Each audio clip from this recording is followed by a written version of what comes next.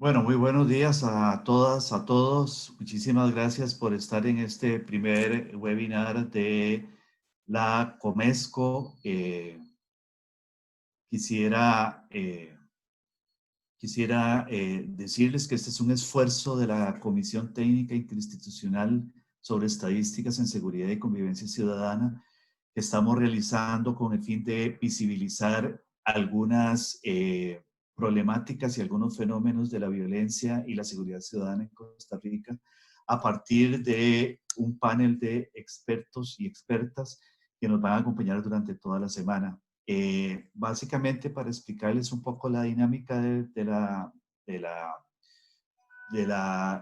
webinar de hoy, les cuento que vamos a tener dos personas expertas, Rafaela Sánchez del PNUD y Selene Pineda de el ILANUD. Ellas nos van a estar acompañando hoy con el tema de las poblaciones diversas y la violencia en Costa Rica, sobre todo enfocado a las poblaciones LGTBI más.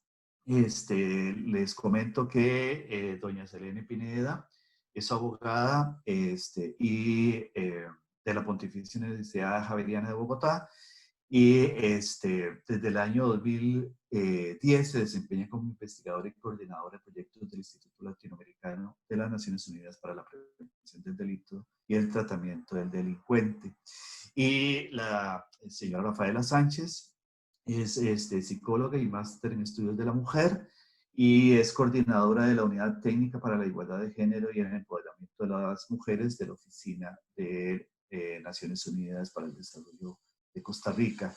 Sin más, también contarles que las compañeras expertas van a tener 20 minutos para hacer su exposición y luego de este tiempo vamos a abrir un espacio para preguntas, comentarios y discusiones anexas. Estas preguntas las pueden hacer directamente desde el chat o pueden levantar la mano. Está ahí mismo en el chat o en la barra de opciones que tienen ustedes generalmente abajo en su pantalla. Sin más por el momento y esperando que realmente disfrutemos y aprendamos muchísimo de las dos personas que son realmente eh, eh, autoridades en la materia, le doy la palabra a doña Rafaela Sánchez para que nos haga su intervención. Rafaela, muy buenos días, muchísimas gracias realmente por estar con nosotros hoy. Por favor, les pediría a todos los que tengan por A, B o C el audio abierto que lo cierren para dejar solo el audio de Rafaela abierto. Muchísimas gracias, Rafaela, de nuevo. Y el micrófono es tuyo. Por favor, abre el micrófono para poder escucharte. Muchísimas gracias y tienes 20 minutos. Buenos días. Buenos días a todos y todas que nos acompañan. Muchísimas gracias, Oscar, por hacernos parte de este importante ciclo de webinars sobre diferentes formas de inseguridad ciudadana que afectan a distintas poblaciones. Como bien dijiste, mi nombre es Rafaela Sánchez Mora, yo soy la coordinadora de la Unidad Técnica para la Igualdad de Género y el Empoderamiento de las Mujeres de el PNUD Costa Rica.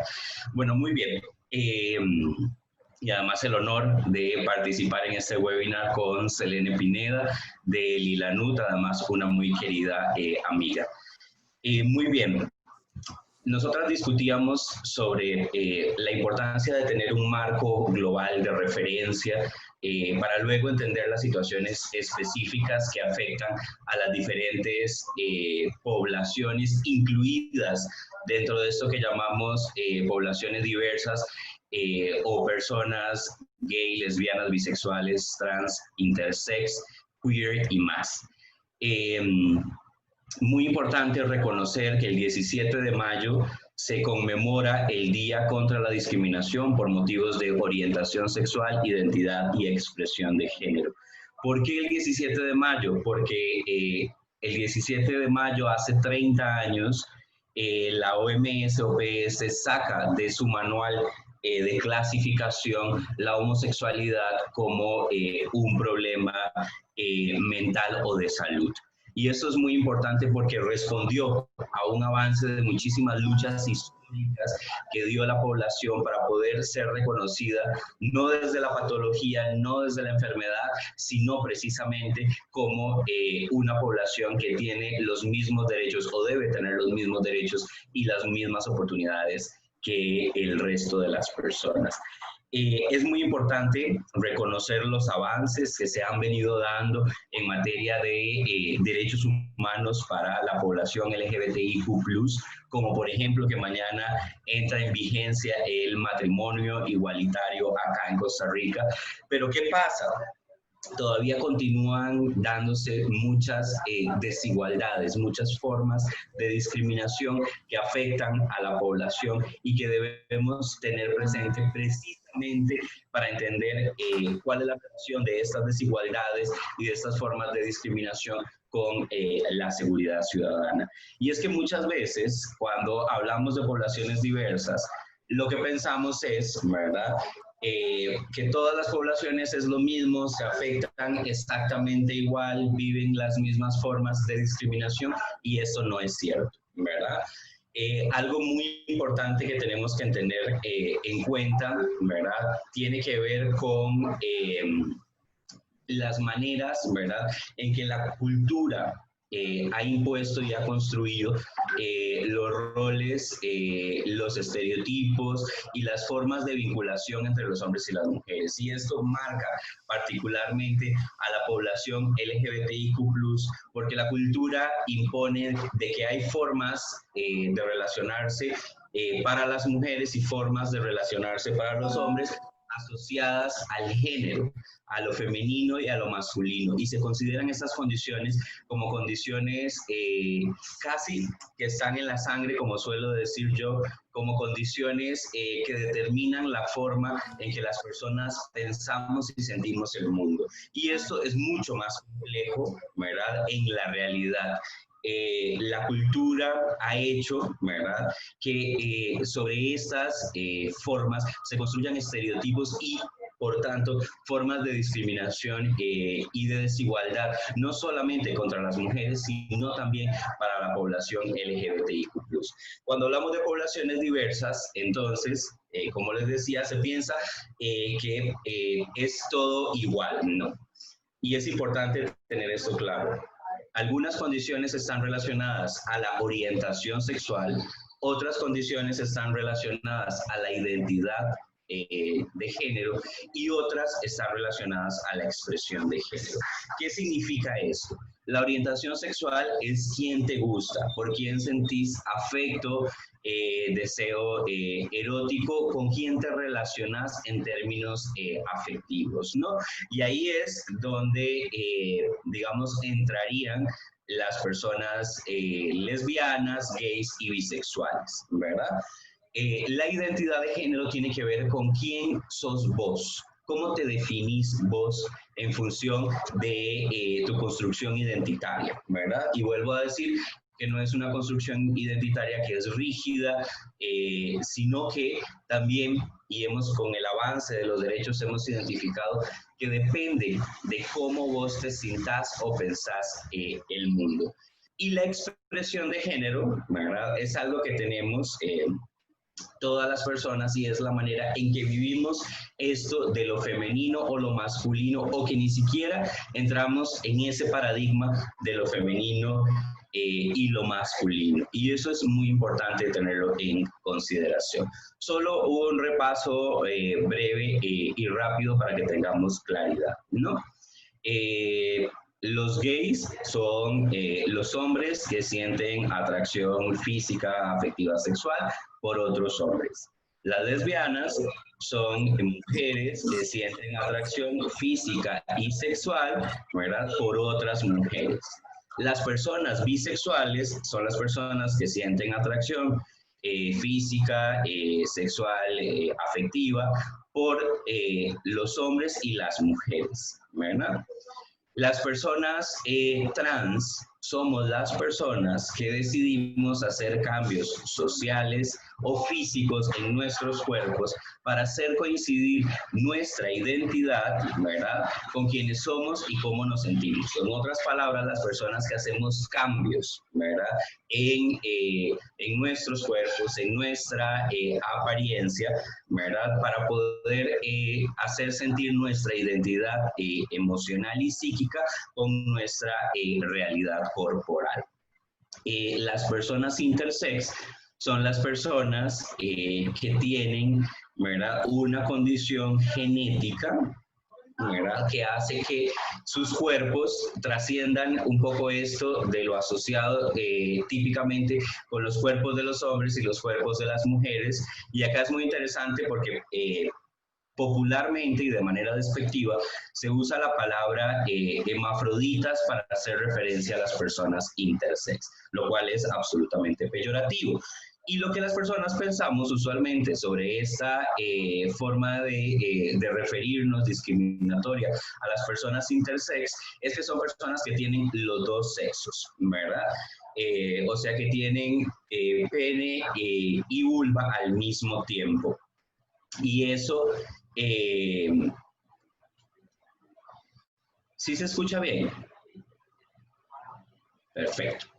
Y esto es, además de irreal, ¿verdad?, es un estereotipo porque existen más de 109 formas de intersexualidad, ¿verdad? O sea, existen más de 109 combinaciones entre los cuerpos de las personas intersex, ¿verdad? Que pueden ser combinaciones que tienen una forma que es más endógena, ¿verdad?, que es hacia adentro, combinaciones en los órganos, o hacia afuera, ¿verdad?, en la forma de sus cuerpos. Y el Q+ hace referencia, ¿verdad?, a las formas asociadas a la expresión de género, incluso tienen un vínculo bastante más próximo con las personas trans, y son precisamente estas personas que o no se definen ni como hombres ni como mujeres, donde no quieren que se use ni el femenino ni el masculino para hacer referencia a sí mismos. Incluso ha venido todo un movimiento en los últimos 5 años de empezar a utilizar la letra E para hacer referencia a las personas no binarias o personas queer. Esto de manera general. Es muy interesante, ¿verdad?, porque alrededor de todas estas letras existen estereotipos que asociamos desde la más pequeña infancia. Por ejemplo, ¿qué es lo que pensamos si un niño juega con muñecas, ¿verdad? Inmediatamente, si vemos a un niño jugando con muñecas, y sabemos que eso ha venido cambiando, lo cual es bastante positivo, pero ¿qué es lo que pensamos con rapidez, verdad? Si vemos al chiquito jugando a la casita y con las muñecas, lo que pensamos inmediatamente es que se va a hacer gay. Y ojo, ¿verdad?, se va a hacer gay, como si el vínculo entre los juguetes, ¿verdad?, y lo que se gusta en términos del disfrute infantil tuviese que ver con la orientación sexual, ¿verdad? ¿Por qué es lo que pensamos? Lo pensamos de esa forma, porque en la cultura impone estos roles estereotipados, dice que quienes juegan con muñecas son las niñas. Los niños deberían jugar con carritos, deberían jugar al fútbol, deberían jugar a la patineta, a estar afuera, y si no lo hacen, entonces algo está pasando. Precisamente lo que les decía al inicio de estas complejidades, ¿verdad?, en cómo la cultura impone los roles y los estereotipos de género, empiezan a jugar una variable ahí. Lo mismo sucede si vemos a una niña jugando solo con chiquitos, si la niña quiere jugar al fútbol, si quiere subirse a los árboles, ella pensamos se va a hacer lesbiana. Y todo esto es estereotipado. Nada tiene que ver el mundo de los juegos, ¿verdad?, con nuestra orientación sexual. Podría tener que ver con la identidad, ¿verdad?, pero tampoco es tan fácil definir el mundo de esa manera. Entonces, un mensaje para mí muy importante en la manera en que vamos rompiendo con esas formas de discriminación y desigualdad tiene que ver precisamente con dejar de reproducir esos estereotipos que nos encasillan a las personas, ¿verdad?, de manera muy determinista y que además se transforman en formas de discriminación. Y ahí es donde ya empiezo a aterrizar estas formas de desigualdad y discriminación que vive la población LGBTIQ+. Desde la infancia, cuando nos insertamos a los ámbitos de la educación, ¿verdad?, se legitima que públicamente se puedan hacer bromas, ¿verdad?, que se pueda maltratar, que se pueda burlar de los niños y las niñas que tienen expresiones de género que no encajan con estas normas sociales. Y no es solamente el bullying, ¿verdad?, en el sentido, en su dimensión verbal y emocional, sino que también pasa a la dimensión física.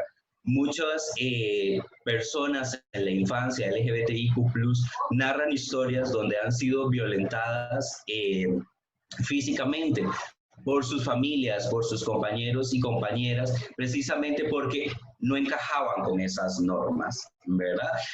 Por ejemplo, en el caso de las personas trans, especialmente de las mujeres trans, cuando muchas asumimos la identidad en la infancia o en la adolescencia, la situación que se genera mayoritariamente tiene que ver precisamente con la expulsión de las familias, con la expulsión de los propios hogares. ¿Por qué? Porque la mamá y el papá o la familia con que viven no entiende qué es eso de el chiquito ahora quiere ser chiquita y quiere como si fuese algo electivo, ¿verdad? Les digo yo a ustedes, y yo como mujer trans, ¿verdad?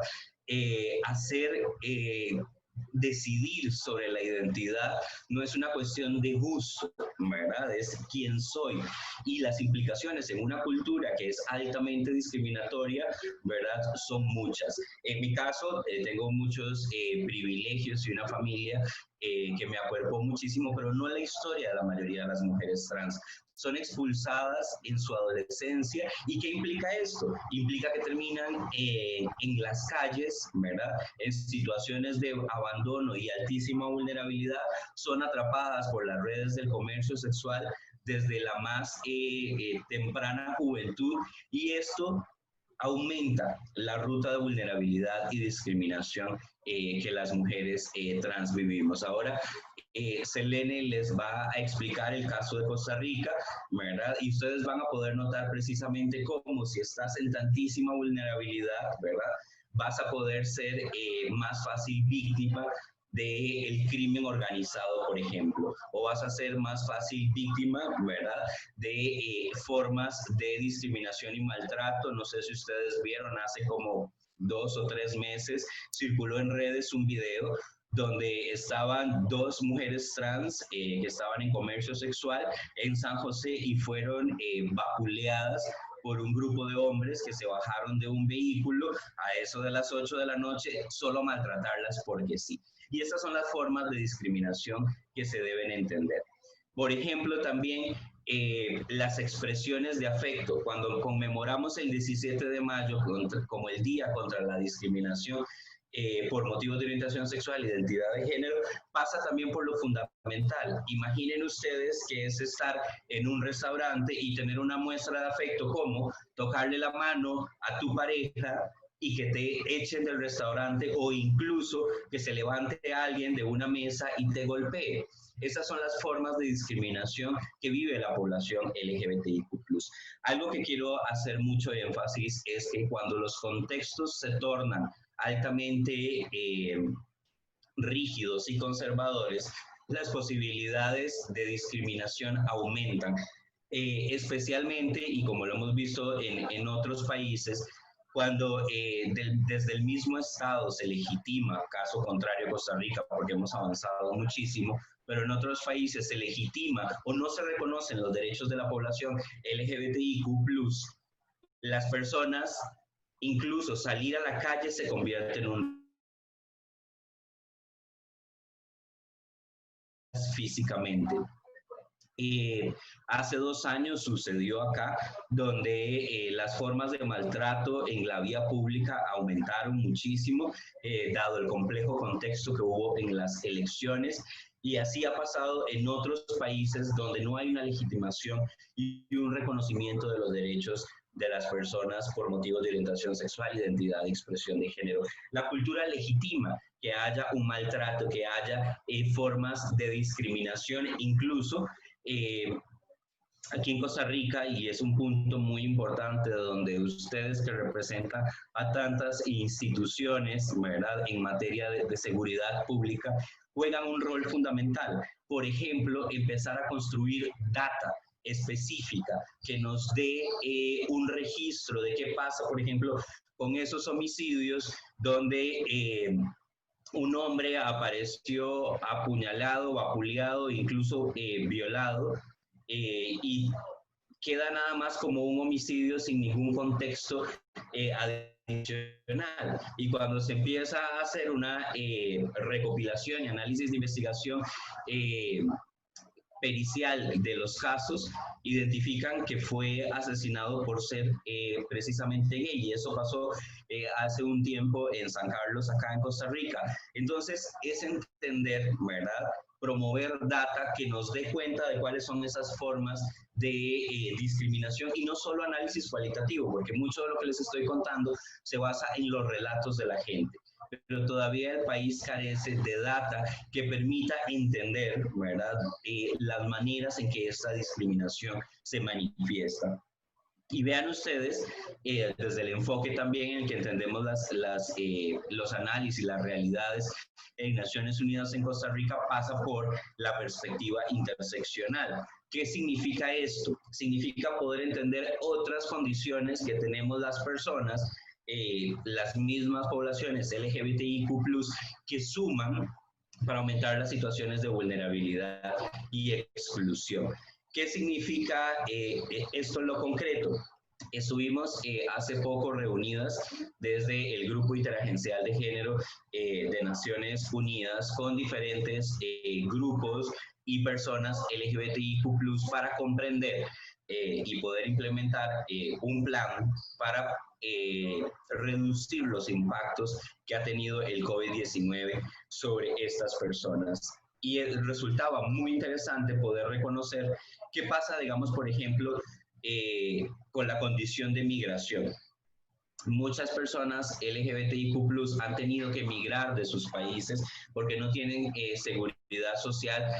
Han venido a Costa Rica, ¿verdad?, para no ser impactadas por el COVID-19 en condiciones de altísima vulnerabilidad, porque vienen incluso huyendo de lo que pasa en sus propios países. Y esto sucedía antes del COVID-19. Ahora imaginen en este contexto. Y vienen al país y no tienen protección social, no tienen acceso al empleo. Entonces, hay otras condiciones que empezamos a sumar, ¿verdad? Por ejemplo, vivir en situaciones de pobreza, que pasa con muchísimas mujeres trans, que cuando las identificamos vemos cómo aumenta esta ruta de vulnerabilidad y esta ruta de exclusión para las poblaciones LGBTIQ+.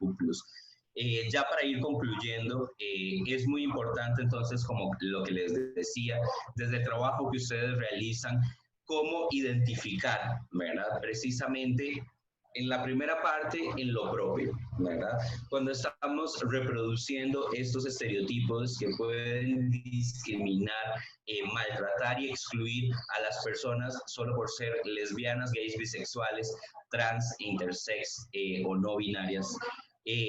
Lo segundo es cómo promover a nivel institucional acciones que eliminen estas formas de discriminación.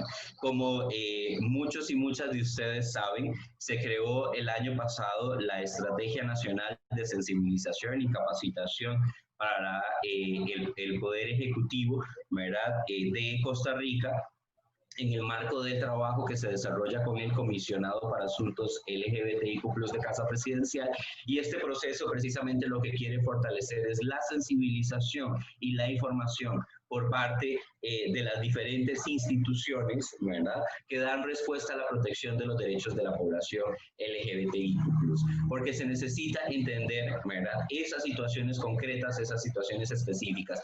Algo tan elemental como respetar el nombre de una persona trans. respetar la identidad de género de una persona trans es fundamental. Muchas veces, y desde el Programa de las Naciones Unidas para el Desarrollo, en este momento estamos en la construcción de la Política Nacional para la Inclusión de Personas Trans. Realizamos un diagnóstico el año pasado y las formas de discriminación y exclusión y vulnerabilidad son muchísimas y que pasan por esto tan elemental. Nos comentaban algunas de las mujeres que participaron que cuando ellas acceden a la seguridad social en las instituciones, por ejemplo, no respetan sus nombres, o cuando son detenidas por la fuerza pública, ¿verdad? Tampoco son respetados sus nombres y su identidad. Incluso más bien son o suelen ser más discriminadas por ser mujeres trans. Es fundamental, entonces, estas acciones que podamos desarrollar a lo interno y promover a lo interno de las instituciones. Y finalmente, ¿verdad? Las acciones que podamos promover precisamente, como les decía, para poder tener la data cuantitativa, poder clasificar mejor estas formas de discriminación, de maltrato, incluso de crímenes de odio que suceden en el país contra las poblaciones LGBTIQ+. Por ahora, eso sería de mi parte. Muchísimas gracias. Muchas gracias, Rafaela. Realmente muy importante este contexto que nos haces de toda la problemática de la población LGTBI. Seguidamente, les recuerdo que pueden hacer sus consultas por medio del chat o una vez que las compañeras hayan concluido sus intervenciones, pueden levantar la mano para hacer cualquier intervención que ustedes crean conveniente, pregunta o comentario sobre lo que las compañeras que están exponiendo nos puedan aclarar. Seguidamente, siguiendo el orden, le voy a dar la palabra a la compañera Selene Pineda del ILANUD, quien nos dará el contexto nacional de la población LGTBIQ+. Selene, bienvenida, muchísimas gracias y adelante. Hola, Oscar, muchísimas gracias a ti por la invitación. También quería aprovechar para agradecer a la directora ejecutiva de DIGEPAS, presidenta ejecutiva de Comesco, doña Natalia Camacho, a Carol, a todo el equipo de Comesco que ha hecho posible la realización de estos encuentros virtuales. Muchísimas gracias. Además, para mí también es un honor compartir este espacio con mi querida Rafaela, una querida amiga y colega del Sistema de las Naciones Unidas, de quien siempre aprendo mucho y me da mucho gusto poder compartir este webinar con ella hoy. Yo creo que para entrar en materia quisiera plantear un título sugestivo, y es que la diversidad sexual se vive como una condena cuando las personas LGBTI son privadas de libertad. Aquí voy a hacer un paréntesis también. Me referiré eventualmente a las personas LGBTI o LGBTIQ+. En ningún caso, cuando me refiero a las personas LGBTI, estoy desconociendo, quiero invisibilizar las múltiples formas como de las palabras como las personas se pueden autoidentificar. Simplemente tomamos la referencia LGBTI, teniendo en cuenta que esta fue, para efectos metodológicos, fue el nombre de la relatoría que creó la Comisión Interamericana de Derechos Humanos, de manera que en investigaciones previas y para efectos metodológicos hemos utilizado el acrónimo LGBTI, pero insisto, en ningún caso es nuestra intención desde ILANUD desconocer las múltiples formas de autoidentificación de las personas sexualmente diversas. Son 20 minutos muy concretos en los que quisiera referirme particularmente a los avances y a los desafíos de Costa Rica en relación con las necesidades de las personas LGBTI privadas de libertad. No me interesa hacer una revisión exhaustiva, sino destacar algunas acciones y sobre todo llamar también la atención sobre algunas de las tareas pendientes en el sistema penitenciario. Me repartiré mi presentación en 3 apartados.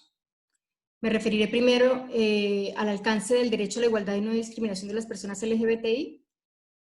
Luego me referiré a algunas de las acciones adoptadas a partir de las necesidades específicas de estas poblaciones. Y por último, voy a hacer énfasis en algunas de las tareas pendientes en el país. Para empezar, y esto creo que es importante también subrayarlo, creo que clave tener en cuenta que el sistema penal es selectivo. Y esto no es algo novedoso, es algo que ha desarrollado ampliamente juristas como Raúl Zaffaroni, juez penalista argentino, magistrado de la Corte Interamericana de Derechos Humanos, y él ha señalado cómo el sistema penal se ha enfocado en la criminalidad que es más sencilla de perseguir, en aquellos hechos que son cometidos de manera burda, que usualmente son cometidos por sectores marginados de la sociedad, que además no cuentan con herramientas jurídicas o económicas para responder ante el sistema penal, de manera que se construye un estereotipo del delincuente como esta persona que pertenece a sectores subalternos de la sociedad con recursos económicos limitados, además con poca escolaridad. Y aquí, si bien no tengo demasiado tiempo, pero tampoco quiero sugerir que las condiciones socioeconómicas inciden en la criminalidad de una forma determinista. No esa es la intención, pero sí evidenciar que las personas que se enfrentan a diversas condiciones de vulnerabilidad se exponen también a una mayor discriminación y también a un mayor riesgo de criminalización. Y estas son algunas de las múltiples formas de violencia que también afectan a las personas que no se ajustan a las expectativas heteronormativas de la sociedad. Es por esto que es importante reconocer que la privación de libertad también constituye una situación de vulnerabilidad, y esto ha sido reconocido por órganos de tratados del sistema de las Naciones Unidas, como el Comité de Derechos Humanos, como el Comité DESC, en instrumentos no convencionales como las 100 reglas de Brasilia, de manera que esto no es una consideración caprichosa de algunas personas que quieren salir a defender a personas privadas de libertad, sino que es una cuestión fundamental de derechos humanos, esa ha sido reconocida por estas instancias. Además, se trata de una condición de vulnerabilidad, y esto es importante explicarlo, porque cuando una persona está bajo custodia estatal, le corresponde al Estado garantizar todos los derechos que no se restringen por la medida privativa de la libertad. Esto parecería obvio también decirlo, pero hay que insistirlo. Las personas privadas de libertad, sí, también tienen derechos y hay que garantizarlos. Hay que garantizarles su derecho a la salud, su derecho a la educación, su derecho al acceso al agua, a la alimentación, a servicios sanitarios, derecho a una vida digna. Y es por eso que se dice que el Estado además tiene una posición de garante frente a las personas que se encuentran bajo custodia, y además la Corte Interamericana de Derechos Humanos ha dicho que no solamente es una posición de garante llana, sino que es una obligación reforzada en el caso de las personas que se enfrentan a otras situaciones de discriminación estructural. Y aquí es importante señalar cómo las personas LGBTI, entre otros segmentos de la población, son personas que se enfrentan a este tipo de situaciones de discriminación estructural. Y es que es importante señalar además que cuando hablamos de la cárcel también hablamos de una paradoja que es compleja, y es cómo hacemos para conciliar una institución que surge para cobrar venganza, para causar dolor, frente al imperativo que surge también a partir del derecho internacional de los derechos humanos, con el desarrollo de estándares específicos para la detención de las personas presas. Bueno, este es todo el desafío que tienen las autoridades penitenciarias y los estados para justamente tomar medidas adecuadas para poder resolver la situación crítica que viven a diario estas poblaciones en la región. Rafaela mencionaba algo también importante, y es: nosotros tenemos una tendencia a homogenizar a las poblaciones. Se homogeniza al colectivo LGBTIQ+, por eso es importante reivindicar también a qué nos referimos con el acrónimo. También es importante reconocer que las personas LGBTI en el sistema penitenciario tienen unos derechos particulares que tienen que ser reconocidos, y las personas privadas de libertad tienen, dentro de los diferentes segmentos de la población penitenciaria, diferentes necesidades que tienen que atenderse de forma también particular. Esta es una cuestión que es un reto también difícil para los sistemas penitenciarios, debido también a las limitaciones de recursos, pero esto nos lleva también a entender algunas restricciones que se dan en cuanto a la comprensión del derecho a la igualdad y no discriminación. Y la NUD, que no lo expliqué previamente, pero es un instituto de Naciones Unidas que trabaja en temas de prevención del delito y justicia penal, es un instituto que tiene sede en Costa Rica, pero tiene mandato regional, y la ANUD dentro de sus mandatos tiene acciones de investigación. Nosotros realizamos una investigación en 2016 en el marco de una investigación más amplia, con la participación de otras instituciones, y en esta investigación, en una de las entrevistas que realizábamos a personal de la salud, una de las personas del personal de la salud nos decía que ella consideraba, que esta persona consideraba que un tratamiento diferenciado a una mujer trans constituiría un privilegio inadmisible, porque en su criterio todas las personas tendrían que tener la misma atención y el mismo acceso a los servicios de salud. Bueno, esto nos evidencia cómo tenemos una distorsión en cuanto entendemos que todo tratamiento diferenciado es discriminación, y esto no es así, sobre eso me voy a referir un poco más adelante, pero por eso me interesa referirme un poco al alcance del derecho a la igualdad cuando hablamos de personas LGBTIQ+. Nosotros, cuando hablamos de orientación sexual, identidad de género, expresión de género, estamos hablando de categorías que son protegidas de forma convencional y además constitucional por los estados de la región. Entonces, ¿qué implica esto? Esto implica que ninguna disposición normativa, pero ninguna acción tampoco de los estados o de las autoridades puede ir dirigida a discriminar a las poblaciones LGBTIQ+, en este caso. ¿Qué es lo que pasa en la práctica? En la práctica es que estas son poblaciones que se enfrentan a situaciones de discriminación estructural, y además son situaciones, como decía Rafaela también, situaciones de discriminación que se van agravando también por las dificultades a las que se van enfrentando las personas. Dentro de las personas en condición de vulnerabilidad, las personas privadas de libertad se encuentran en una particular situación de vulnerabilidad, pero además esta condición se suma a otras condiciones de vulnerabilidad, como es el caso de las personas LGBTI, que ya arrastran también con una situación de estigma y discriminación permanente. En estos casos es importante también tener en cuenta que el sistema penitenciario, así lo ha reconocido también procedimientos especiales del sistema de las Naciones Unidas, la Comisión Interamericana de Derechos Humanos, han reconocido como dentro de las personas privadas de libertad que ya se encuentran en una situación particular de vulnerabilidad, las personas LGBTIQ+ se encuentran aún en la base de esas poblaciones que sufren mayores situaciones de violencia, diversas formas de violencia, discriminación, agresión y estigma dentro de un ambiente ya particularmente hostil como es la medida privativa de libertad.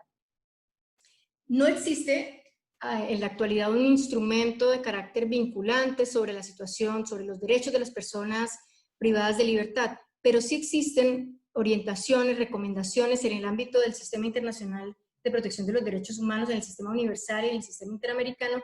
Existen instrumentos que son clave para entender cuáles son las medidas que deben adoptar las autoridades penitenciarias para proteger de mejor forma a estas poblaciones. Me voy a referir solamente a dos instrumentos concretos que nos interesan a efectos de esta presentación, y son las reglas Mandela, que son las reglas mínimas para el tratamiento de los reclusos, y en concreto la regla 2.2, que se refiere al principio de no discriminación y al deber de los estados de adoptar medidas específicas para promover los derechos humanos de las personas privadas de libertad, y entre estas las personas LGBTI. Pero además existe otro instrumento que es importante también que lo puedan mapear las autoridades y los funcionarios y funcionarias del sistema penitenciario, que son los principios de Yogyakarta.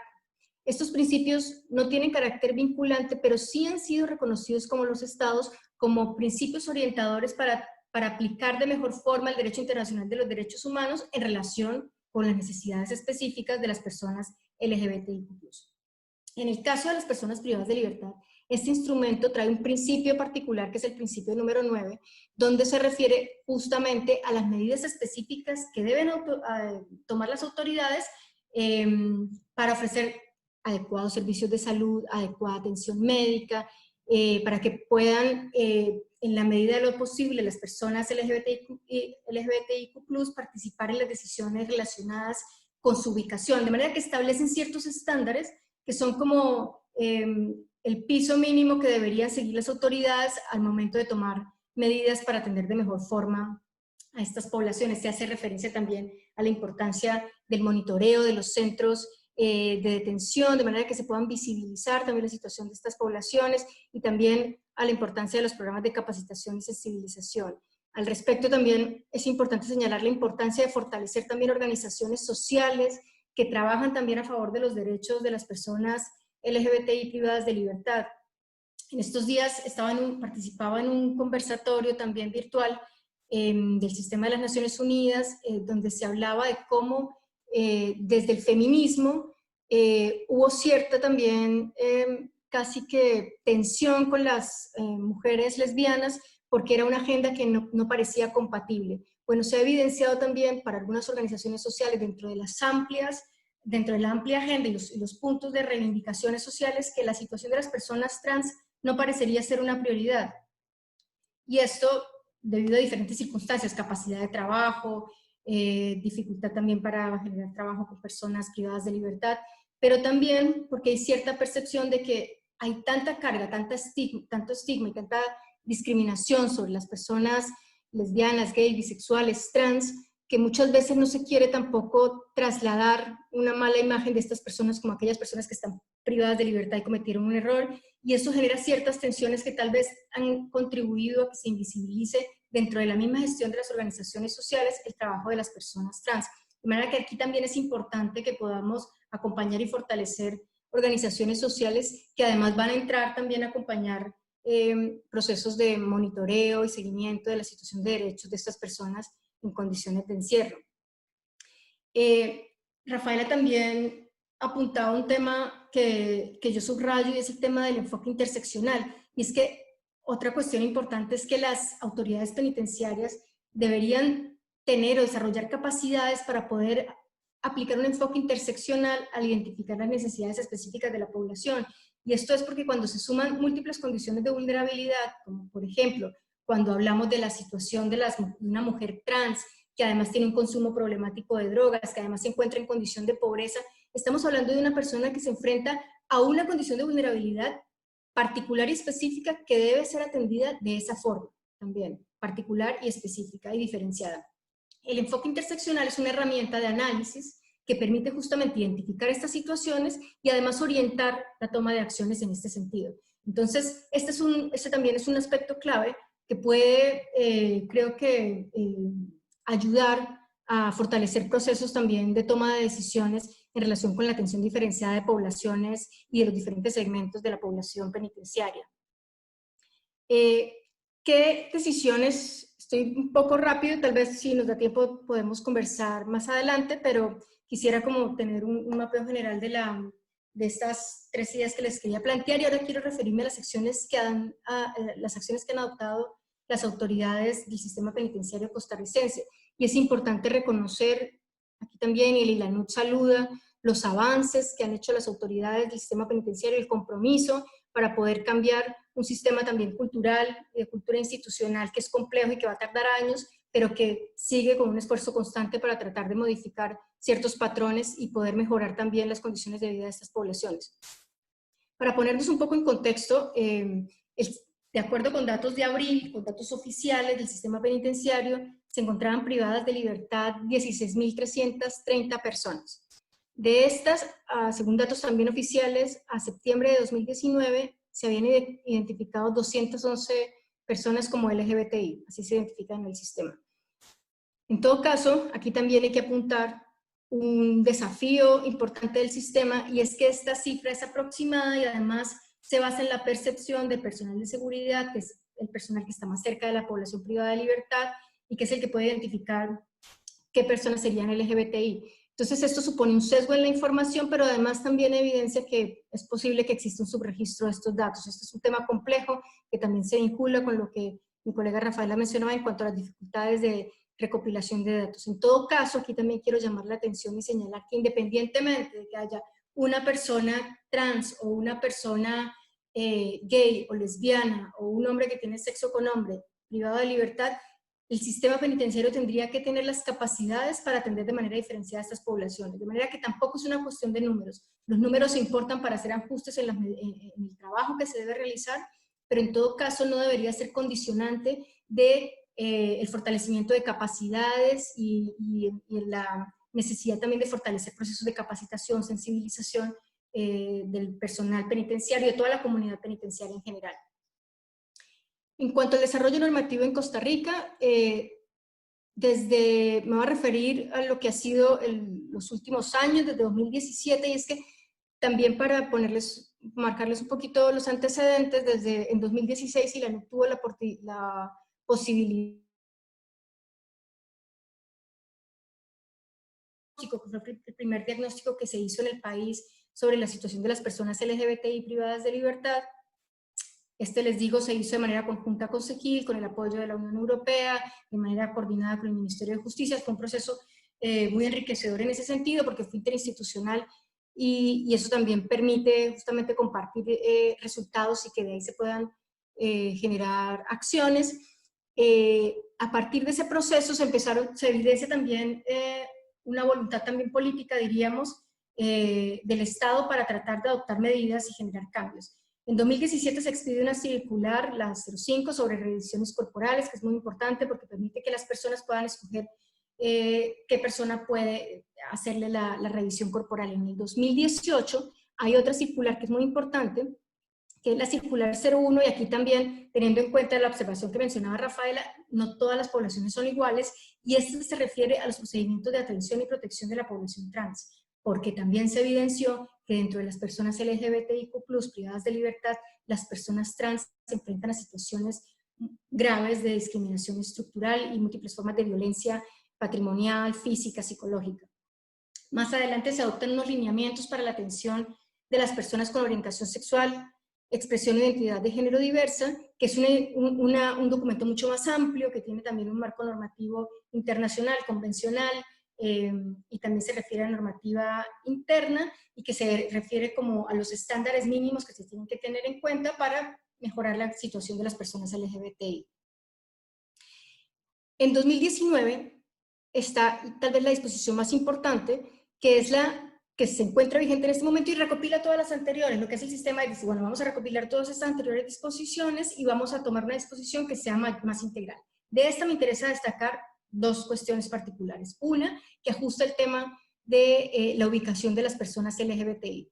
Y el tema de las personas LGBTI en la ubicación es realmente complejo porque el estándar sugiere que las personas puedan participar en la ubicación, en la decisión sobre la ubicación en el centro, pero eso se tiene que hacer en la medida de lo posible, de manera conjunta con las autoridades del centro. Bueno, se establece que en la medida de lo posible y caso por caso, atendiendo cada caso concreto, se va a hacer esa valoración.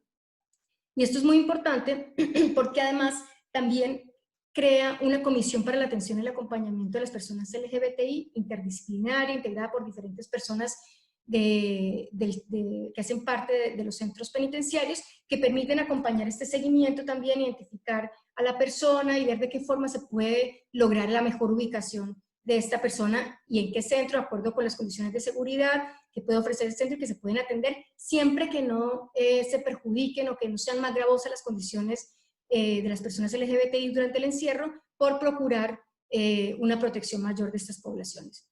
Estas serían como las tres consideraciones pues, que me interesaría destacar en relación con las acciones que se han tomado. Para cerrar, simplemente destacar que tal vez uno de los desafíos más grandes que tiene ahora mismo el país es que ha hecho un esfuerzo importante por adoptar normativa, pero esta normativa tiene que implementarse. Necesitamos instrumentar también a las autoridades, a los funcionarios, para que puedan realmente poner en práctica todas estas medidas que se han venido adoptando en un sistema penitenciario esencialmente masculino, patriarcal. Este es un desafío superior, porque no se trata simplemente de la adopción de normativa y disposición, que hemos visto que Costa Rica ha avanzado de manera sustantiva en este sentido, es importante reconocerlo, pero lograr esos cambios culturales está atado con unos procesos que tienen que generarse de manera simultánea, procesos de capacitación y sensibilización que deben ir de forma simultánea también con los cambios sociales. La cárcel, en últimas, refleja los prejuicios, los estereotipos que se encuentran en la sociedad, de manera que cambios sustantivos en la cárcel se darán en la medida en que vayamos de la mano también con los cambios que tiene que dar la sociedad en cuanto al reconocimiento de derechos de estas poblaciones. Y hay que ponerlo en esos términos. Se trata de derechos de estas poblaciones. No son consideraciones generosas del Estado, no es vagabundería de las autoridades, es derechos fundamentales, son derechos reconocidos y por los que está obligado el Estado costarricense a través de instrumentos internacionales, de compromisos internacionales, pero también a través de su normativa nacional. Con esto termino. Les agradezco muchísimo por el espacio. Tal vez en el diálogo podemos complementar algunas cuestiones que pueden haber quedado en el tintero. Muchísimas gracias. Muchísimas gracias, Elena. Sí, tenemos varias preguntas desde el chat. Les recuerdo que pueden hacer sus preguntas desde el chat del grupo o, en su defecto, levantar la mano para que puedan hacer sus intervenciones. Tenemos una consulta de Cristina Araya de la DIGEPAZ. Le estoy abriendo el micrófono. Cristina, buenos días. Tu consulta, por favor. Hola, muy buenos días a todos y a todas. Agradecerle mucho a Rafaela y a Selene por sus excelentes presentaciones. Realmente es un tema muy importante de visibilizar las violencias que viven estas poblaciones, sí, pero también las acciones que han venido realizando las instituciones para reconocer eso. En ese sentido, también quiero, ahora que a propósito que Rafaela lo dijo, celebrar que el día de mañana ya entra en vigencia el matrimonio igualitario, que es una deuda histórica que ha tenido el país con estas poblaciones. Entonces, pues sumarme a esa, realmente a ese sentimiento de felicidad con eso. Quería preguntarle a Rafaela en específico si existían instrumentos de defensa de los derechos de las poblaciones LGTBIQ+ en Costa Rica y si hay instancias de exigibilidad de estos derechos en nuestros países, ¿verdad? Es que sabemos que es importante hacer las dos partes, generar instrumentos, pero también instancias de exigibilidad. Eso sería por el momento. Muchas gracias y de verdad felicidades por las presentaciones a ambas. Muchas gracias, Cristina. Rafaela, te estoy abriendo el micrófono, déjame un momentito. Perfecto. Ok, perfecto. Y Cristina, muchísimas gracias por tus palabras y por tu reflexión. Justo, algo muy importante, y estaba leyendo tu consulta, el país ha avanzado de manera sustantiva por la protección de los derechos de las personas LGBTIQ+, acá y mucho respecto de otros países de la región. Por ejemplo, la creación del mismo decreto para la eliminación de las formas de discriminación por motivos de orientación sexual, identidad y expresión de género, que ha venido desde el año 2007 en un proceso de transformación en términos de ampliar la cobertura. ¿Qué es lo que dice este decreto? Que en el año 2016 se consolida de manera más sólida y tiene que ver con la obligatoriedad, por ejemplo, de todas las instancias del país que ofrecen servicios de atención en eliminar las formas de discriminación, tanto a lo interno de las mismas instituciones como hacia afuera. En el marco de este decreto, por ejemplo, es que creamos esta Estrategia Nacional de Capacitación y Sensibilización para los y las funcionarias del Poder Ejecutivo, ¿verdad? Esto también ha llevado, por ejemplo, a la creación de las comisiones de igualdad y no discriminación en todas las instituciones públicas, ¿verdad? Que se convierten en instancias de información y de sensibilización, pero también de orientación. A partir, digamos, de muchos de los mecanismos internacionales que mencionó Selene, ¿verdad? Se hace la aplicación acá en el país. Cabe mencionar que hace vía decretos que se han creado las legislaciones que permiten estas transformaciones a nivel institucional. Otros decretos que se suman tienen que ver, por ejemplo, con el cambio de nombre, ¿verdad? De fotografía en las cédulas de identidad en el Tribunal Supremo de Elecciones para las personas trans, que ha representado un avance sustantivo para eliminar las formas de discriminación. Incluso también se eliminó, digamos, en las cédulas más recientes la condición de sexo, ¿verdad?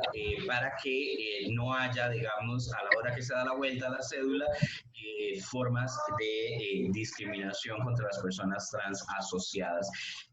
También se han creado, y aquí estaba haciendo un repaso, ¿verdad?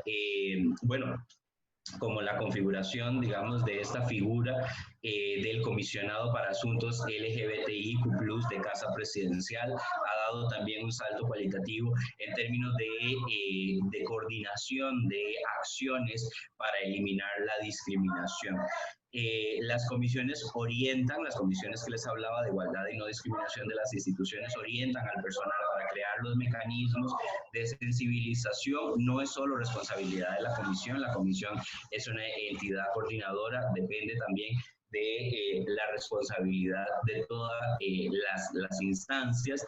No obstante, ¿verdad?, permiten orientar, ¿verdad?, cómo hacer un mejor cumplimiento, ¿verdad?, de los derechos y de las formas de eliminación de la discriminación. Algo muy importante, la Defensoría de los Habitantes ha dado saltos cualitativos en la protección de los derechos de las personas LGBTIQ+, y es una instancia que da acompañamiento y seguimiento a estas formas de discriminación que existen en el país. Vamos a ver, se han creado en el marco del proceso de esta estrategia que les menciono, cursos específicos que llevan las instituciones, ¿verdad?, para poder garantizar una mejor sensibilización y una mejor orientación. Incluso la estrategia está en proceso de implementación este año, ¿verdad?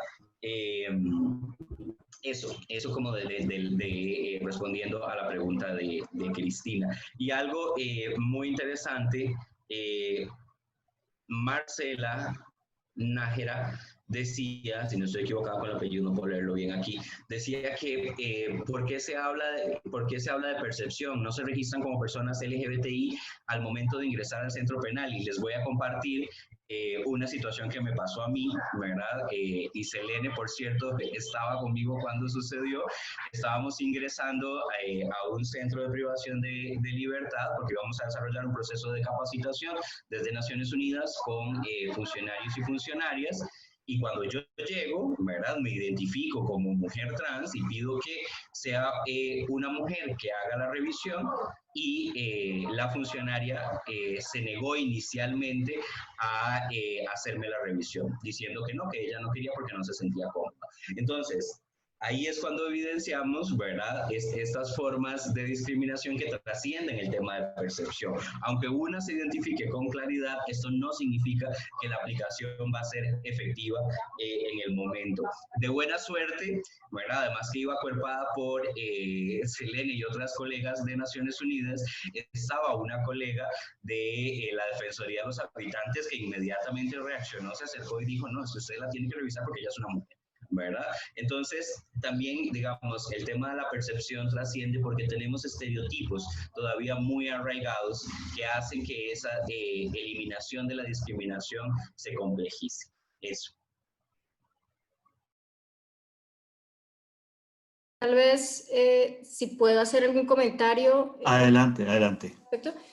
Sobre el tema del ingreso, y esto fue un tema que no pude desarrollar con más detalle, pero una de las recomendaciones importantes es poder afinar el tema de la ficha de ingreso, pero no solo se trata de consultar a la persona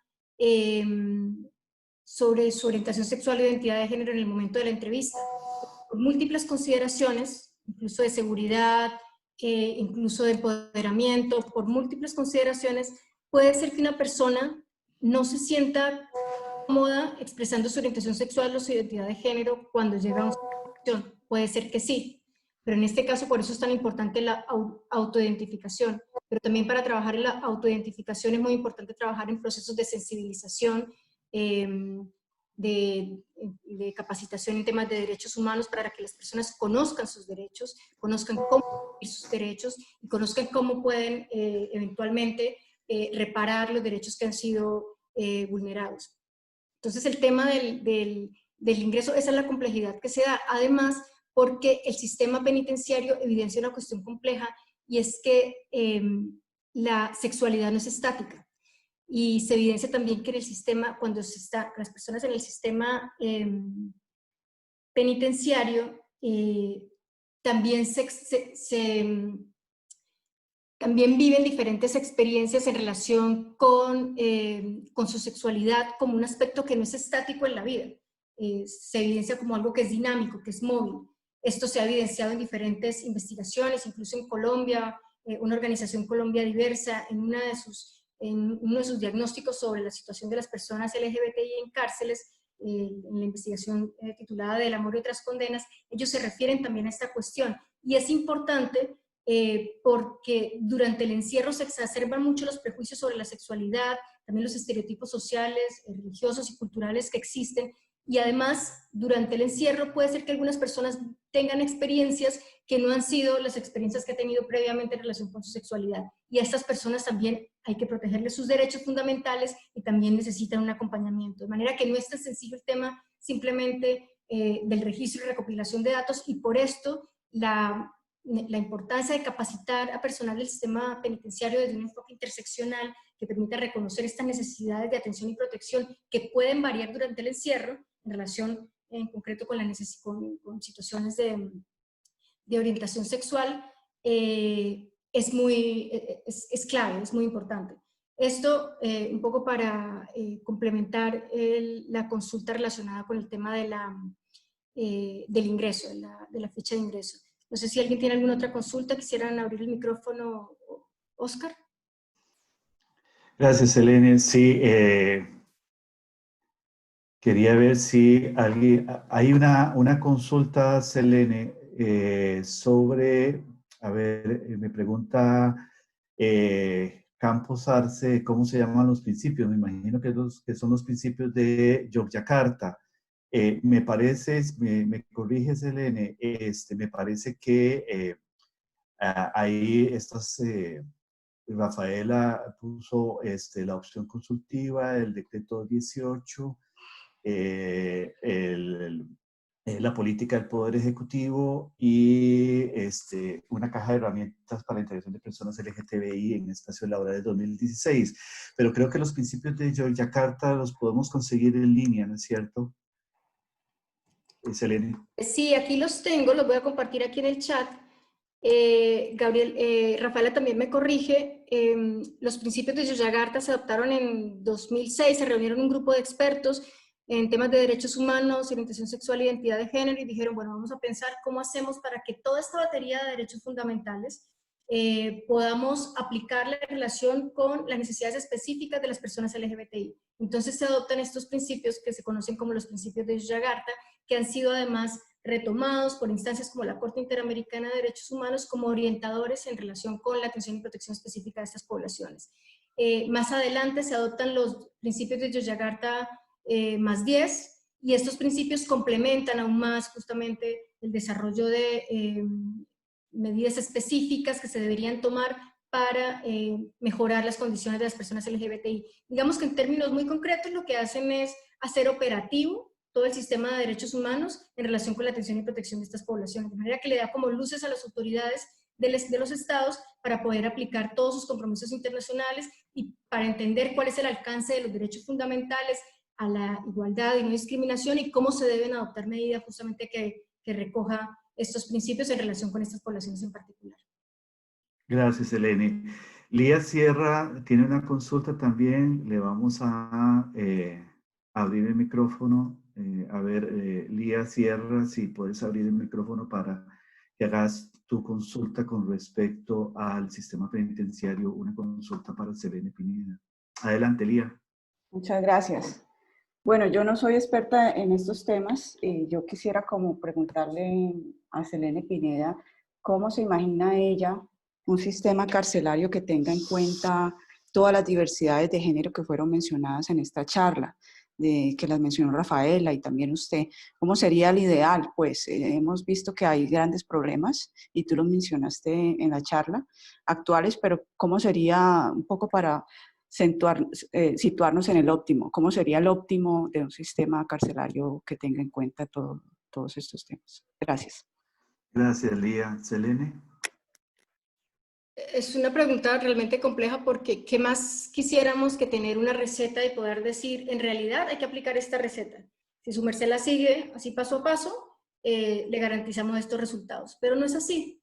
La situación, lo que sugieren los estándares en relación con la atención y protección de las personas LGBTI es que se puedan atender las necesidades específicas de las poblaciones también de acuerdo a las posibilidades y a los contextos particulares en cada país. Por ejemplo, en Argentina se adoptó la ubicación de personas LGBTI, particularmente trans, en un pabellón diferenciado. Digamos que el estándar general diría, no se deben hacer segregaciones de población, las personas deberían estar integradas, la persona LGBTI debería estar la persona trans, una mujer trans debería estar en una cárcel de mujeres porque su identidad de género estaría conforme con este centro de detención, con las mujeres que están ahí detenidas. Pero ¿qué es lo que ocurre en la práctica? En la práctica se generan muchas dificultades para poder capacitar al personal del sistema penitenciario para una debida atención a estas poblaciones. Entonces, ¿qué es lo que han hecho? A pesar de que no se recomienda la segregación, en Argentina, en una cárcel en particular, se creó un pabellón diferenciado para la población trans. Entonces, ¿qué es lo que sucede? Se capacitó a personal del sistema, es personal que está capacitado en estos temas de forma permanente, se ha logrado un proceso amplio de capacitación, a la población privada de libertad se le ha hecho un proceso de capacitación en derechos humanos, reconocen sus derechos, están mucho más empoderadas, y eso ha sido un proceso que sería conveniente. ¿Diríamos que esto se puede importar a otros escenarios? No. La recomendación en este caso es que la persona trans, o la persona gay, o la persona lesbiana pueda también de manera consensuada dar su opinión en relación con el centro, con la ubicación en el centro de detención. Esto, por supuesto, atendiendo la realidad del centro, las posibilidades de atender la seguridad. Por eso en Costa Rica yo creo que una de las medidas acertadas que adopta la última resolución es se tiene que atender caso a caso. Entonces yo creo que más allá de una receta, yo creo que lo importante es siempre tener en el horizonte los estándares que se van desarrollando y que se van complementando, porque son cuestiones que se van, como les decía, en el 2007 se adoptaron los principios de Yogyakarta, pero más adelante se adoptaron los principios de Yogyakarta más 10, donde se siguen fortaleciendo y se dan orientaciones un poco más claras para entender cómo podemos mejorar la condición de estas poblaciones. Está el experto sobre orientación sexual e identidad de género de las Naciones Unidas, que también es un procedimiento especial que trabaja a nivel global, atendiendo la situación específica de las poblaciones, y en sus informes también nos da luces sobre qué medidas tal vez se deben adoptar y qué buenas prácticas se han adoptado en nuestros países para poder implementarlas en nuestros sistemas o ajustarlas, ¿no? De acuerdo a nuestras necesidades. De manera que la recomendación es más tener presentes los desarrollos de los estándares en relación con la atención de estas poblaciones, tener presente la importancia de una capacitación del personal en temas de sensibilización, porque no es solamente transmisión de información, sino sensibilización también en relación con el tema, pero además creo también aquí que es clave que una cuestión muy importante es el fortalecimiento de capacidades en relación con los análisis interseccionales que se deben hacer, y por eso se dice, más allá de la categorización o del acrónimo que utilicemos, LGBTIQ+, o LGBTI, también tenemos que entender que de lo que se trata es reconocer las necesidades específicas de atención y protección de estas poblaciones. Más allá de que la persona no se autoidentifique como persona trans, es una persona que necesita una atención diferenciada, que el funcionario o la funcionaria tenga la capacidad también de identificar cuáles son las necesidades específicas y que el sistema pueda tener la ductilidad de ajustar sus mecanismos y sus engranajes para ir respondiendo a las necesidades concretas del sistema. Esto, por supuesto, supone desafíos enormes cuando hablamos de los sistemas penitenciarios de nuestra región, que tienen retos muy complejos en cuanto a la garantía de los derechos de vida digna de toda la población en general. De manera que cuando hablamos de atención diferenciada parece que estamos hablando de otra dimensión y parece que va a ser otra realidad. Yo creo que lograr mantener eso dentro del horizonte es ya un avance importante, y lo que está haciendo países que reconocen justamente dentro de su normativa la importancia de reconocer los derechos fundamentales de sus personas son avances significativos. De manera que esto sería como un combo: normativa, voluntad política, procesos de capacitación permanente y tener siempre en el panorama todos los desarrollos que se están adoptando en relación con estándares para la atención y protección de estas poblaciones. Por eso los espacios de diálogo son muy importantes, mantenerse actualizados en estos temas creo que también aporta mucho para poder estimular también reflexiones en relación con las medidas que se están adoptando y cómo se pueden ir mejorando. Muchísimas gracias, Selene. Hay una pregunta de Maritza me imagino que es Maritza Ortiz.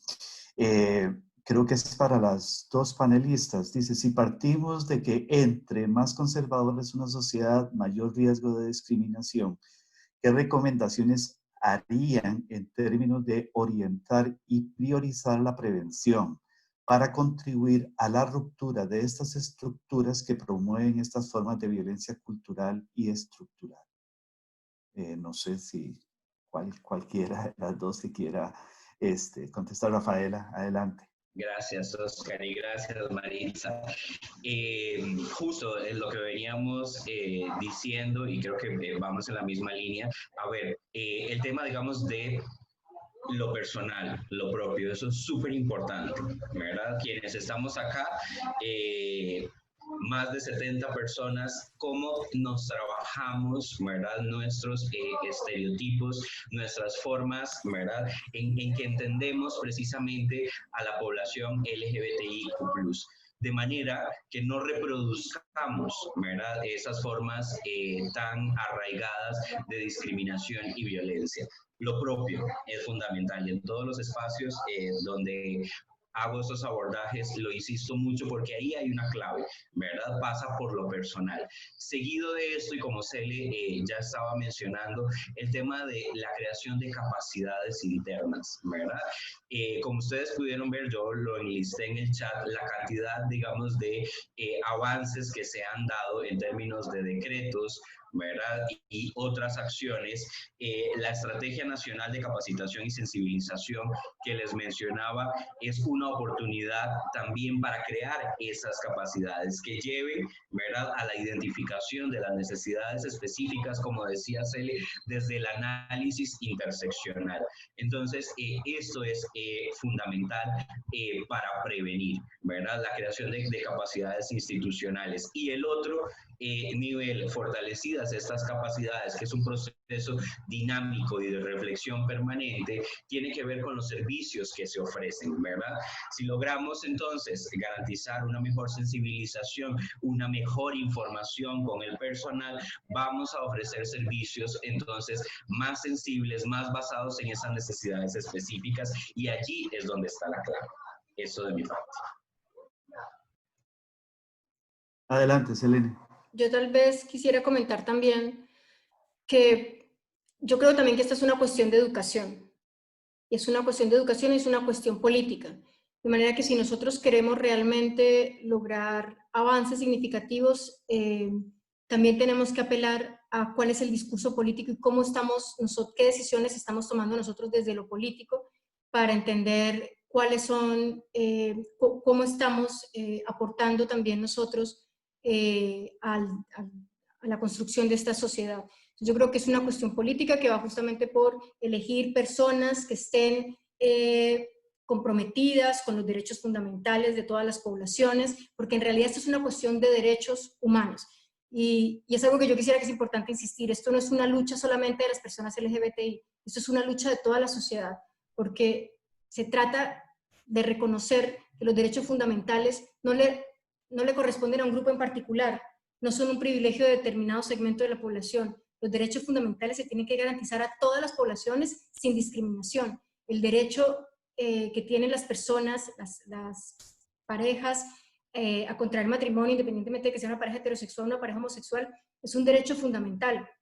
Esto no es un regalo que le está haciendo el Estado por congraciarse con un segmento de los votantes del país, es un derecho fundamental. Entonces, cuando empecemos a hacer ese clic y entender que esto es una cuestión de educación que no le compete necesariamente a los colegios, que es una cuestión de educación a diferentes niveles. Yo sé que estas son batallas muy complejas y a mí me ha pasado y tengo las tensiones, por ejemplo, cuando me encuentro en una situación particular, estaba en una papelería tratando de imprimir un cartel y la persona que me atendía me decía, no sé por qué insisten con ese tema del matrimonio, que hagan lo que quieran, pero que no hagan escándalo.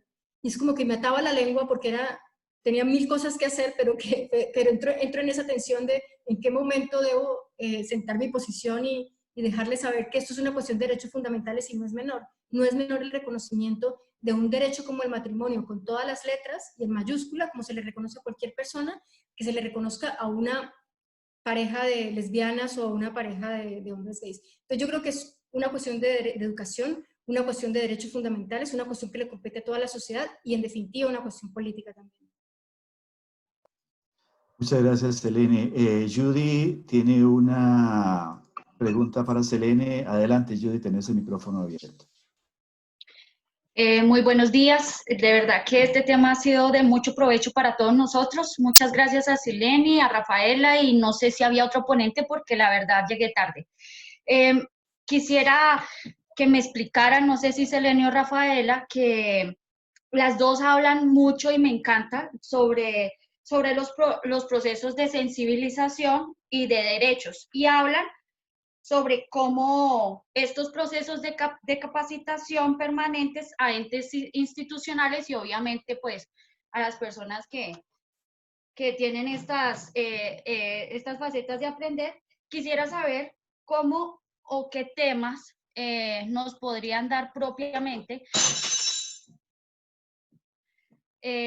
sobre cómo sensibilizar, o sea, qué temas ustedes utilizan para sensibilizar los derechos de esto. Entonces, como que nos dijeran propiamente, sí, se utiliza este tema o sería así como para entender un poquito más, porque yo sé que ustedes están súper entendidas con el tema, pero vemos personas que no. Entonces, muchas gracias y felicitaciones. Gracias, Judy. No sé, Selene. Yo le cedería la palabra inicialmente a Rafaela, que es experta en estos temas de capacitación y sensibilización, y tal vez podría complementar más adelante, Rafaela. Perfecto, gracias. Y gracias, Judy, por su pregunta también. A ver, en la Estrategia Nacional de Sensibilización y Formación que tenemos para las instancias del Poder Ejecutivo, ¿verdad? El abordaje hay un curso en línea que incluso yo les puedo compartir el enlace porque está a disposición para quien lo quiera utilizar, donde se hace el ABC. Donde están, digamos, todas las informaciones básicas que debemos conocer todas las personas, desde el enfoque de derechos humanos, la perspectiva de la igualdad de género y la igualdad y no discriminación para todas las poblaciones y en específico aterrizado para la población LGBTIQ+. Entonces, con gusto ahorita voy a colocar el enlace para que ustedes puedan revisarlo también. Pero ¿qué pasa? Digamos, a ver, en los procesos de capacitación, porque el curso nos da toda la información y la experiencia nos ha venido diciendo esto, se necesita acompañar de un espacio, digamos, como este, que estamos teniendo acá, donde podamos dialogar, donde podamos también reflexionar. Entonces, ¿cuáles son consideraciones fundamentales? Una, y justo como hicimos la lógica de este webinar, ¿verdad? Que es identificar cuáles las situaciones globales, ¿verdad? Las situaciones características de las formas de discriminación y violencia que vive la población LGBTIQ+. Hay mucha información disponible en redes a la cual ustedes pueden acceder para presentar precisamente esas formas de discriminación. Otro aspecto fundamental es precisamente ese marco de los derechos humanos, la igualdad de género y la igualdad y no discriminación para poblaciones LGBTI como la base que rige esto. Y hago mucho eco de las palabras que dijo Celia ahora. No se trata, ¿verdad?, de regalías que se dan para ciertas poblaciones, no. Es que cuando miramos hacia la igualdad, ¿verdad?, tenemos que desarrollar acciones, medidas que permitan que las poblaciones que se están quedando atrás en materia de desarrollo, en materia de ejercicio de derechos, puedan tenerlas para poder hacer un ejercicio pleno y efectivo de estos derechos, ¿verdad? Entonces, precisamente enmarcarlo en ese ámbito de norma internacional y norma nacional con los avances que se tienen es clave también para los procesos. Y seguido de esto, empezar a ver las especificidades, ¿verdad? Como bien hemos insistido, trasciende el acrónimo, ¿verdad? Trasciende esta comprensión de poblaciones y diversidad, sino en lo específico. ¿Cuáles son las necesidades de las mujeres lesbianas que podemos atender? ¿Cuáles son las necesidades de las poblaciones gays, bisexuales, en fin, que debemos atender desde cada uno de los contextos? Y además, fundamental, dar esa mirada interseccional. Hacer siempre este análisis de que tenemos que entender muy bien los contextos y las realidades de las personas para poder dar cuenta de respuestas más a la medida, ¿verdad? Y a veces pensamos, es que esto es como demasiado, nos perdemos, y en realidad compartir del supuesto de igualdad y no discriminación las cosas se facilitan mucho. El análisis interseccional nos permite entender, ¿verdad?, cómo se suman estas otras variables y crear, ¿verdad?, estas medidas a la talla. Y eso casi se da por efecto cuando realizamos transformaciones a lo interno de las instituciones que tienen que ver con la creación de estas capacidades, con el seguimiento a los decretos y las políticas que ya se han creado en los países. Y finalmente, habilitar un espacio siempre para el diálogo, para evacuar las dudas. Las personas muchas veces, digamos, tienen consideraciones, no entiendo cuál es la diferencia entre una orientación y una identidad. Tener la disposición siempre para aclarar esto y poder evacuar esas dudas que existen en las personas es fundamental. También, como decía Cele, en los procesos de capacitación pasa, ¿verdad?, por el nivel también político. ¿Qué significa? Poder crear, por ejemplo, en los procesos de reclutamiento, ¿verdad?, condiciones que tienen que ver con saber si las personas son sensibles, ¿verdad?, y van a promover la igualdad, y no solo para las poblaciones LGBTIQ+, para todas las poblaciones que se están quedando atrás, las personas con discapacidad, las poblaciones indígenas, las personas afro, las personas rurales, las personas que están en situaciones de pobreza, porque esto de la igualdad y la no discriminación es para todas las personas. Hoy estamos ampliando el foco a población LGBTIQ+, pero los principios, ¿verdad?, parten del mismo supuesto. Mismos derechos, mismas oportunidades. Esto, y ya les voy a colocar el link en el chat. Muchísimas gracias, Rafaela. Sí, te iba a solicitar que mucha gente está muy deseosa de conseguir ese link del ABC. Hay una pregunta también de Penélope Cubero que dice: ¿cuál ha sido el acompañamiento del Poder Judicial de Costa Rica a estas poblaciones? Me imagino que Selene tendrá algo que contarnos con respecto. En realidad, el seguimiento que nosotros hemos hecho más cercano es en concreto con el sistema penitenciario. Sé que el Poder Judicial cuenta con la Secretaría Técnica de Género y desde ahí han hecho una capacitación, han hecho diversos procesos de capacitación en temas de género, en los que también se incluyen temas relacionados con orientación sexual e identidad de género. Entiendo que el enfoque ha ido más por ese lado, también a la capacitación de los operadores judiciales en temas de enfoque de género en la investigación judicial, pero está más dirigido sobre todo a, hasta donde tengo entendido, a la situación de las mujeres víctimas de violencia.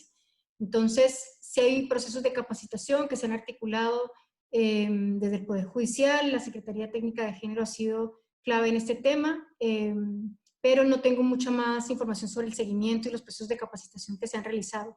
Nosotros hemos trabajado desde la ANUD más de cerca con el sistema penitenciario y los procesos que se han desarrollado recientemente en relación con la adopción de medidas, los procesos de capacitación que se han realizado y también los avances también que se han registrado en términos de la atención efectiva de estas poblaciones. Gracias, Selene. A ver, Raúl Morales tiene la mano levantada. Le vamos a ceder el audio.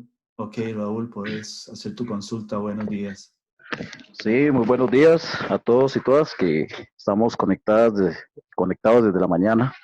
Muy interesante los temas que se están abordando. Desde el Ministerio de Seguridad Pública, nosotros hemos tratado precisamente de diseñar currículas en la Escuela Nacional de Policía y en los cursos de sensibilización de una u otra forma que vaya con enfoque de derechos humanos y abordando todas las poblaciones, como bien lo decía Rafael ahora.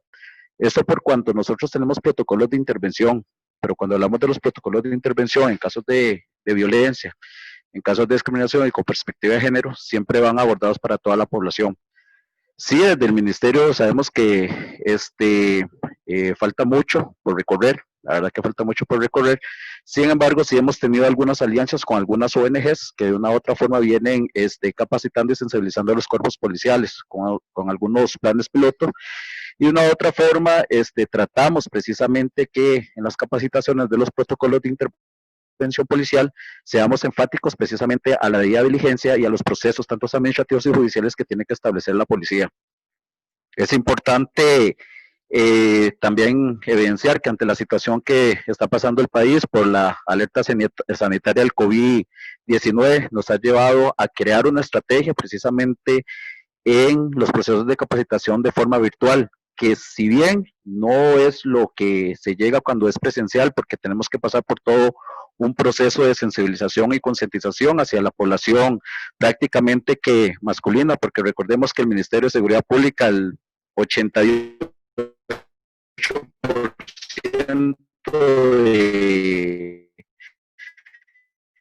de Raúl, por favor, acomoda el incluso hasta micrófono, mujeres Raúl. que... ¿Aló? ¿Me escuchan? Sí. Ahora sí, ahora sí. Ahora sí, sí. Entonces, resulta de que muy pocas compañeras tienen alguna jefatura, algún puesto de liderazgo, entonces eso a veces nos ha imposibilitado más ir más allá de lo que pensamos dentro del cumplimiento de políticas públicas. El caso es de Planoy, ¿verdad? Que llama precisamente dentro de sus estrategias a trabajar con la población policial, precisamente en todo este tipo de temas. Entonces era como para compartirlo con ustedes. Muchísimas gracias, Raúl, muy amable. Tenemos una consulta, no, perdón, más bien un comentario de Maricel Gómez sobre el asunto del seguimiento del Poder Judicial. Dame un segundo, Maricel. Aquí está.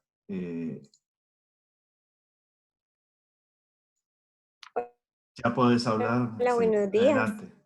Buenos días, adelante. Muchas gracias.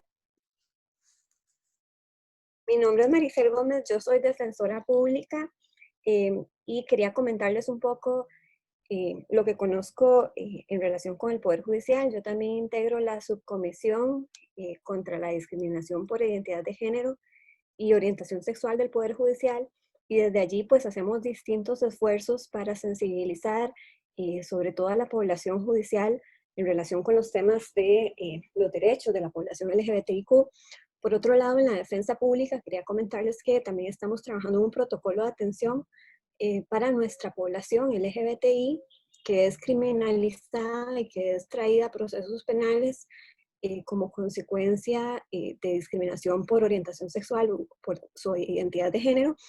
Y pues la idea es capacitar a todas las defensoras y defensores públicos para que podamos detectar casos de discriminación e instar a los otros órganos del Poder Judicial, como el Ministerio Público y los mismos jueces, a que respeten los lineamientos mínimos en materia de atención a la población LGBTIQ y que no se reproduzca, digamos, esta discriminación también dentro del Poder Judicial, porque sabemos que hay mucho desconocimiento, digamos, desde nuestros funcionarios y funcionarias, por lo cual, tanto desde la subcomisión, como también entiendo de la Escuela Judicial, se ha hecho un esfuerzo por educar a las personas en estos temas, como ya lo ha señalado Rafaela, digamos, a través de un proceso de sensibilización. Entonces, nada más quería hacer ese aporte en el sentido de algunas cuestiones que se están trabajando desde la subcomisión y sobre todo desde la defensa pública. Muchísimas gracias, Maricel. Janet Arias también había solicitado la palabra sobre ese asunto. Adelante, Janet. Buenos días, ¿me escuchan? Sí, claro, adelante. Sí. Muy buenos días, Oscar, y a todas las personas que nos hemos conectado. Para ahondar en las palabras de Maricel, efectivamente hay una subcomisión sobre poblaciones diversas en el Poder Judicial y tal vez explicarles un poquito la estructura. Tenemos la Secretaría Técnica de Género y Acceso a la Justicia. Dentro de esta hay una unidad que se llama precisamente Unidad de Acceso a la Justicia de Poblaciones en Condición de Vulnerabilidad.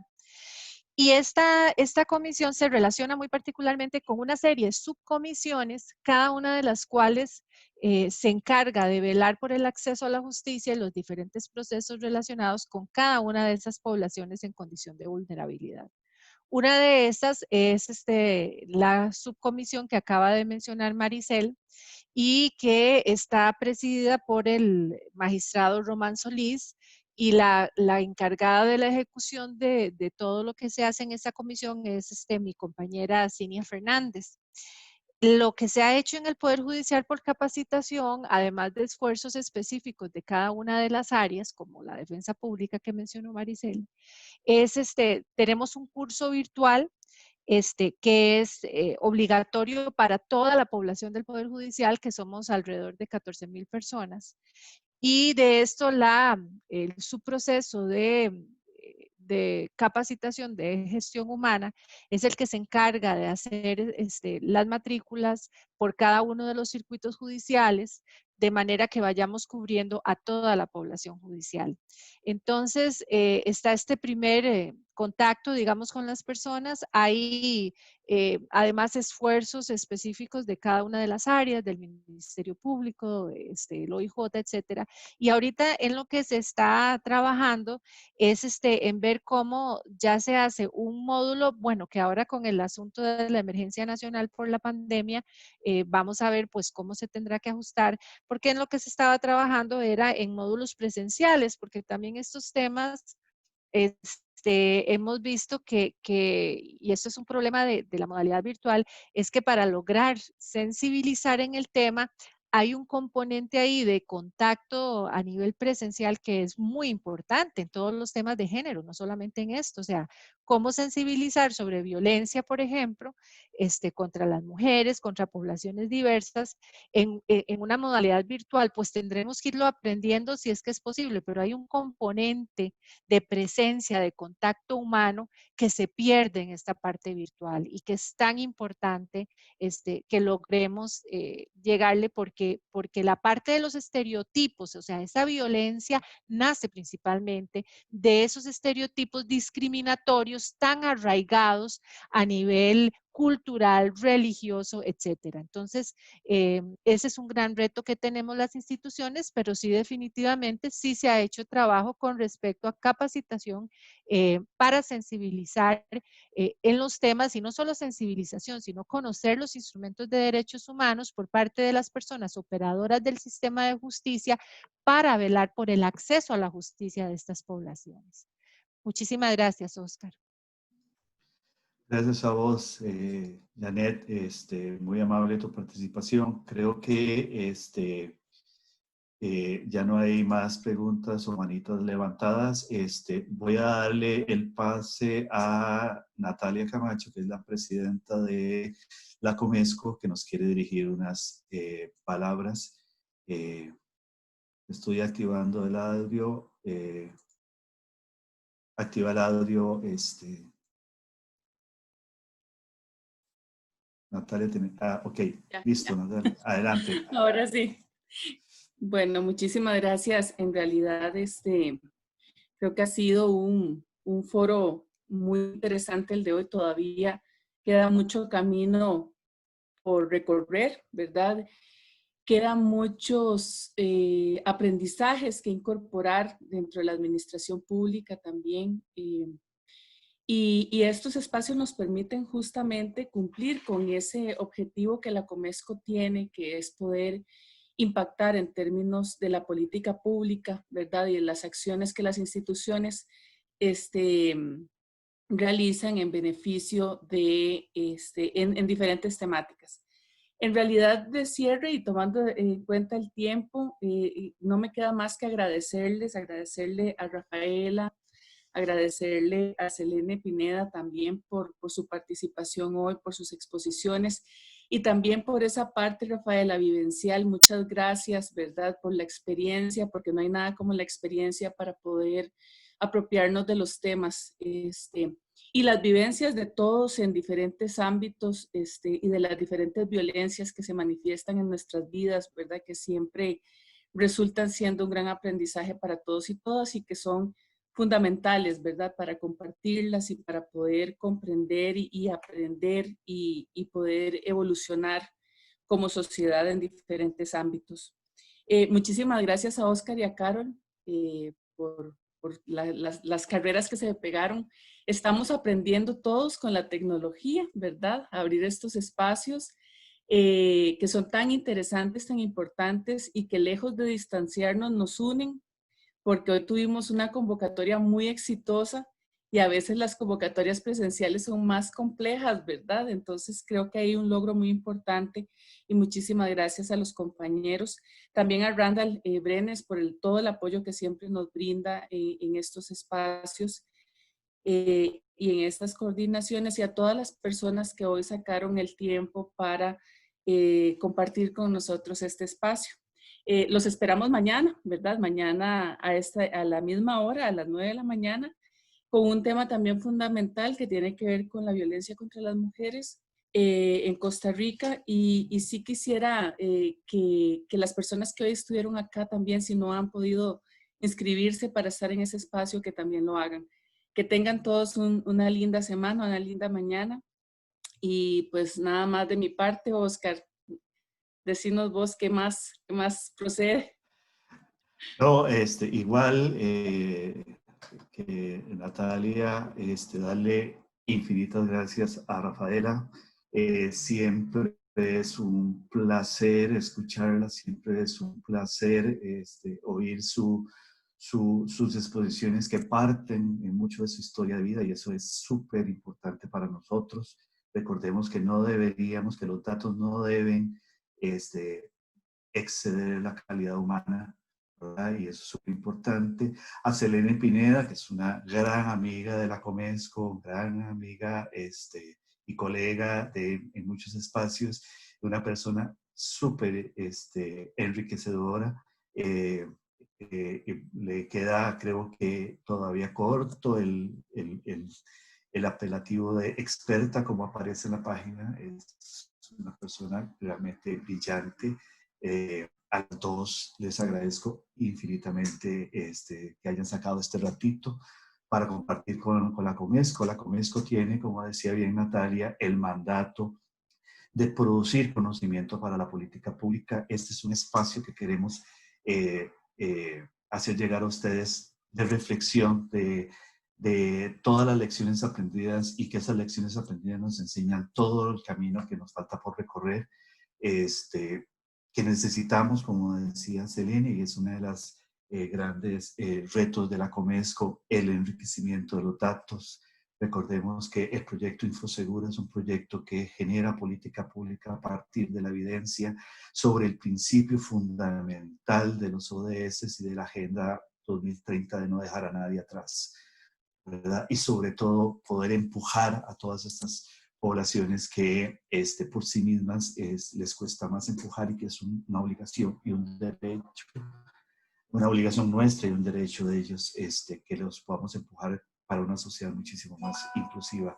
De mi parte, eso es todo. Recuerden, mañana tenemos, igual, si me permiten el término, 2 pesos pesados, igual que a los de hoy, con el tema de violencia contra las mujeres en Costa Rica. Tenemos a la señora Janet Arias Mesa, que es la jefa de la Secretaría Técnica de Género y Acceso a la Justicia del Poder Judicial, y a Cristina Araya de la DIGEPAS, y que forma parte de la Comisión de Seguimiento del Sistema Nacional de Atención y Prevención de Violencia contra las Mujeres, que nos van a estar acompañando mañana a partir de las 9 de la mañana. Les recuerdo a todas las personas que se conectan desde el extranjero que la hora que estamos dando es la hora de Costa Rica, ¿verdad? Que es las 9 de la mañana, y creo que 10 de la mañana en Panamá y República Dominicana, y el resto de la gente, pues desgraciadamente no tengo los horarios, pero me imagino que ustedes pueden sacar